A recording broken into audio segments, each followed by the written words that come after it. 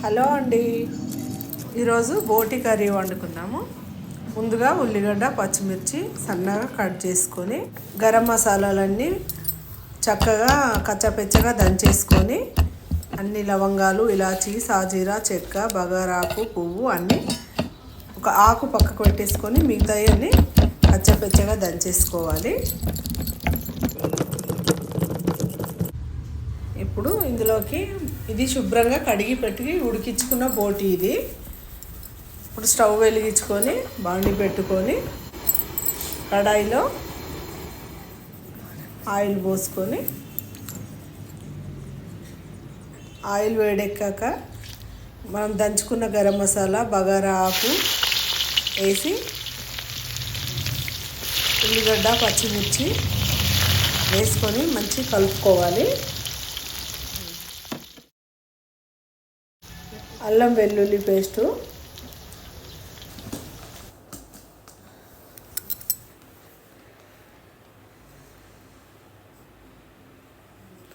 పసుపు వేసి ఒకసారి కలిపేసుకొని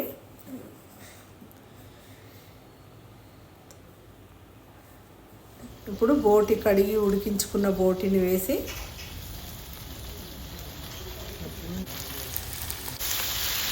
మొత్తం ఆయిల్ పట్టేటట్టు కలుపుకోవాలి.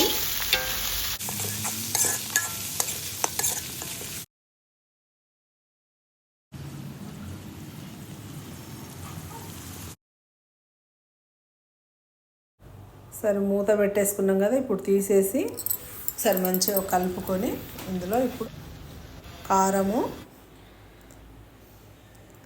ఉప్పు, ధనియాల పొడి ఒకసారి మంచిగా కలిపేసుకొని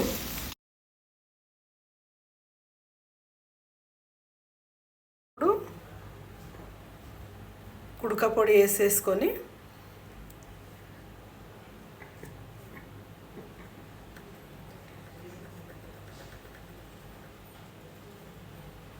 కొత్తిమీర,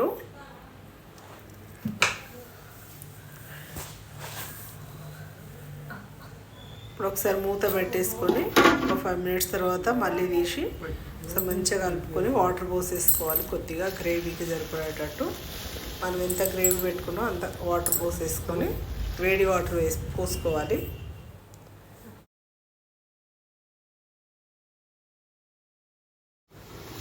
చూడండి ఉడుకుతుంది, వాటర్ అంతా పోతున్నది, గ్రేవీ దగ్గరకు వస్తుంది.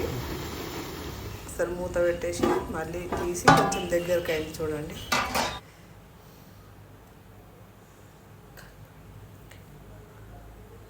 ఒకసారి మంచిగా గరిటెతో కలుపుకొని లాస్ట్ కొంచెం కొత్తిమీర జల్లేసుకొని అయిపోయిందండి బోటి కర్రీ.